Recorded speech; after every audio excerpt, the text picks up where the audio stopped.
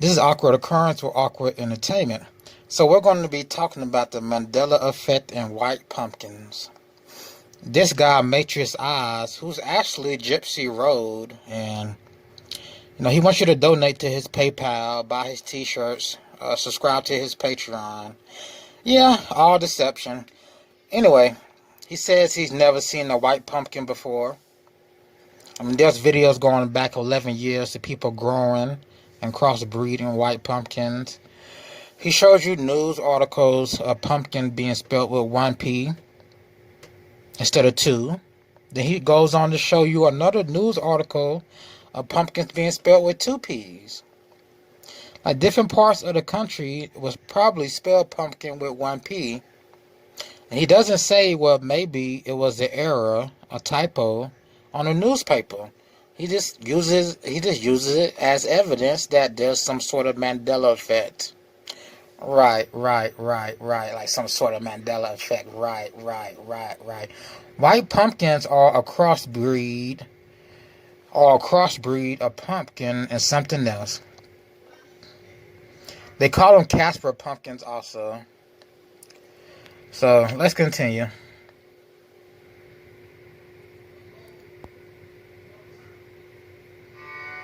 Casper pumpkins. This year we are growing Casper pumpkins 2017. at the Hannah Farms, and what the Casper pumpkins are white exterior pumpkins with cooking flesh. So the rinds are considerably thicker than the pumpkins that we're all familiar with for jack-o'-lanterns. We've harvested well over 300, and they are very, very good for cooking. So if you have any pumpkin recipe needs, like pumpkin pie or pumpkin bread for your holiday recipes, you definitely want to pick up a Hannah Farms pumpkin. We will be doing some periodic sales here on Tribal Campus. We'll just be bringing a trailer up probably on Payday Friday. The administration to source some pumpkins for their fall menu. They provide seasonal and locally grown fare at their location. Right now our pumpkins are being featured with their risotto option on the menu. We're really excited about. Check out, if it's still open, this was 3 years ago. So check out Juniper Restaurant, Tulsa, Oklahoma. If you're ever in the Oklahoma area, go check it out. There's the address on the screen. Try the risotto with the white pumpkin, if they still have it. The opportunity to enter the Tulsa market and provide Muskogee Creek Nation products at that location. Their pumpkin risotto will be on the menu for the next 8 to 12 weeks, so if you can stop by, you definitely should sample it. Well, it was 8 to 12 weeks back in 2017. It still may be. So if you're in that area, just call them. Number on screen. On giant pumpkins, that was a nice video, though. Here goes somebody else. People. Let's see what Thank you for watching this video. Mandela effect, white pumpkins part 2, cutting open. Next. Now this is a nice video. Hi, welcome to Green Dog Gourmet on this chilly December morning. I'm here surrounded. Nah, they grow this stuff, but this is a very educational video, and he teaches you about all different types of pumpkins. All different types of crossbreeds. This is ridiculous, man. Like, I don't understand why Matrix Eyes. I do understand why Matrix Eyes didn't go research his claims, the opposite of his claims, before uploading that video. Because people who believe in this Mandela effect, they'll find something, latch onto it. They'll latch on to Mandela effect, but they will not go research the opposite to make sure they're not being deceived, put into a delusion or under a spell. It's ridiculous. Don't just run with something you see on TV. Don't just run with it. You guys saw this on TV years ago, on the internet years ago. Back in 2008, you weren't talking about Mandela effect. 2009 is when Fiona Broome coined the term Mandela effect. 2009, 2008, 2007. Some people, 2011, didn't know about Mandela effect still. 2011, didn't know about it. 2020, they know about it and they believe it. 2019, they know about it and believe it. 2016, didn't know about Mandela effect. But 2019, you learned about it, you believe it. 2020, you still believe it. Like, you didn't take the time to go research what really is going on. Again, you just took it, you just took the belief and ran with it. Okay. By the pumpkin. pumpkins and gourds and squashes, and I'm here to tell you which ones are edible and which ones are decorative. Pumpkins and gourds are easily crossbred and have given us many diverse varieties. Some are bitter and are designated as decorative gourds, and some are very sweet and make for really good eating. Decorative gourds include the large Lumina, the pale yellow Fortuna. The large Luna would be a white pumpkin, so decorative means don't eat it, people. Don't eat it. These Iranian gourds, which range in colour from bright orange with dark green mottling to blue skin with white dapple. The best eating pumpkins and gourds are from the Cucurbita maxima family. These include the lovable blue Hubbard squash, such as this Bettalati. My personal favourite, the blue Australian group that includes this blue Jarradale. Fabulous just to slice with the skin on into wedges and put in with your roast lamb. There is also the turban variety of maxima, and these are very dense and sweet-fleshed and have a very decorative use, as well as the Victor, which not only has a brilliant orange exterior, but a brilliant orange flesh. Also very edible.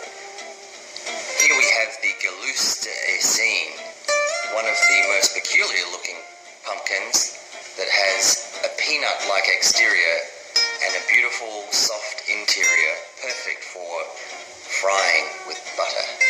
The next group is Cucurbita moscata, which includes this beautiful Musky de Provence, a fabulous pumpkin to cut. Okay, we pretty much get it, though. You can go watch the rest of his video at Green Door Gourmet. Look at the giant pumpkin. These Mandela people, they actually give me something to do. So, on my time off, actually give me something to do. Not just that, not that they give me something to do, because I was going to talk about God and talk about the devices of the devil making people delusional anyway. And then I learned new stuff by researching their claims. These Mandela people, by researching their claims, I learned new stuff. So it's great. It's great. It's a learning experience.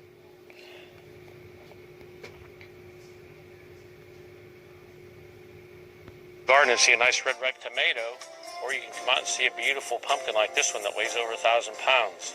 Which is better? Techniques here that'll help you out. We start our seeds indoors in mid-April. We bring them outdoors here and plant them in our patch in mid-May. And we plant them in a mound here that is about 1 foot high and 10 feet wide, so it keeps the stump area well drained. We let the plants grow to a size of approximately 30 feet by 30 feet. We let the main vine grow diagonally across the patch. 30 feet. The vines that come off the main vine are called secondaries. And all the vines that grow off the secondaries are called tertiaries. Also, as the vines grow out, we constantly keep covering those with soil. Burying the vine develops a double root system. As you can see, this is the bottom tap root that grows off the bottom of the vine. Since this vine was buried, it grew a second tap root out the top here, and it's curved and gone down into the soil. Pruning the plant is extremely important because we don't want the energy of the plant to be lost in the vines and leaves. This is a tertiary vine here. We keep removing these. Okay. We pretty much get the point of that. I just wanted to look at the pumpkin, really. Did I see this one? Did we see this one? So this is the decorative pumpkin Lumina.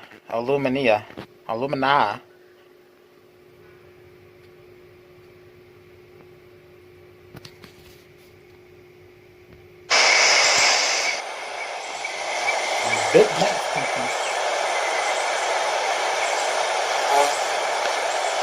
Big old bee. Must be zoomed in.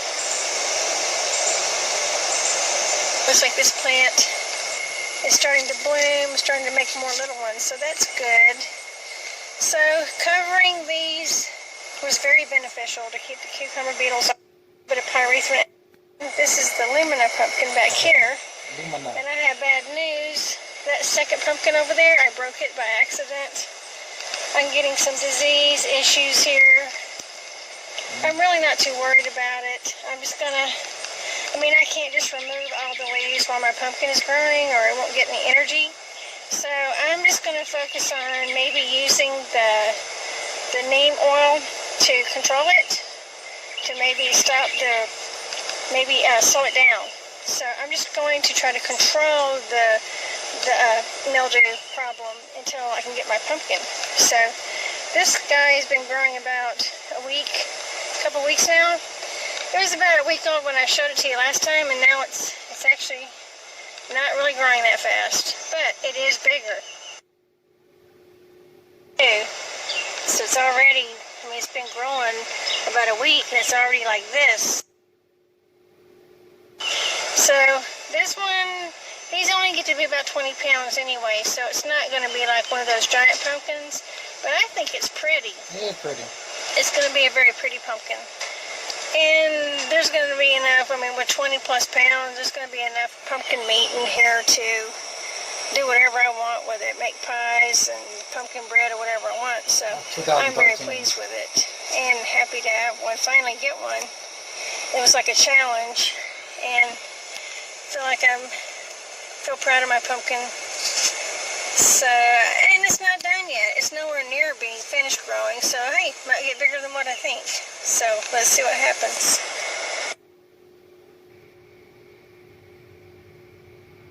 Here's the Big Macs. Oh, I got a few onions too. Check that out. There's an onion growing in there. So Okay, that's gonna be it for this video, people. You can check out white pumpkins if you want to, but something these people put up about Mandela effect is just ridiculous, y'all. And they don't try to double check themselves. By double check, they don't go look for the opposite of what people are saying. Right? Like, you have a theory that white pumpkins never existed and the word pumpkin was spelled with one P, but you don't go look and research where it all started. So white pumpkins are crossbreeds. Pumpkin being spelled with one P. Some people prefer to spell it with one P. Some newspapers could have typos and it only be one P. Depends on the town the newspaper come from. They probably just use one P because they prefer to say pumpkin and not pumpkin with two P's. Doesn't improve Mandela effect. One lost Christian said CERN, C-E-R-N. He says the CERN machine is used to change things in reality. When CERN is used, the CERN machine is being used, created to add mass. Let me say it again. CERN is using that machine. They're still working on that machine. They're still trying to advance that CERN machine.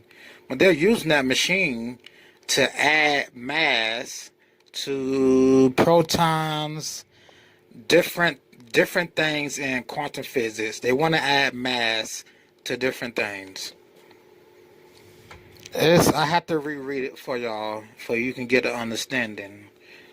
But if you were to add mass to, let's say, a spirit, let's say you take some tarot card and a tarot reader, you take them to Geneva, Switzerland, because CERN is located near Geneva, Switzerland, the same place the Geneva Bible was printed and translated. So near there is where CERN is.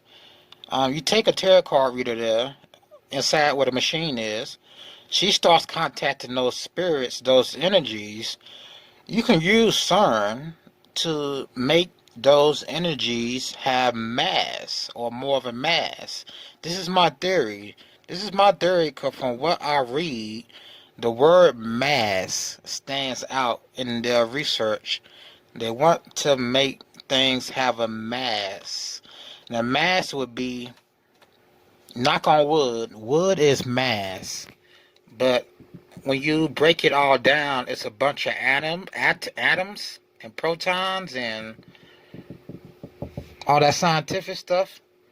But when you knock on it, you hear that? You hear that? That's mass. Now, without mass, you have nothing but atoms. That's why they call it the God particle, because they want to make freaking mass out of atoms and stuff. So just think, if they're able to make mass, they can take spirits and turn those into mass. I don't know what the spirits will look like, or if they will have a body, but that is not a good thing. Alrighty. This has been Awkward Occurrence, Awkward Entertainment, and I will see you in the next video.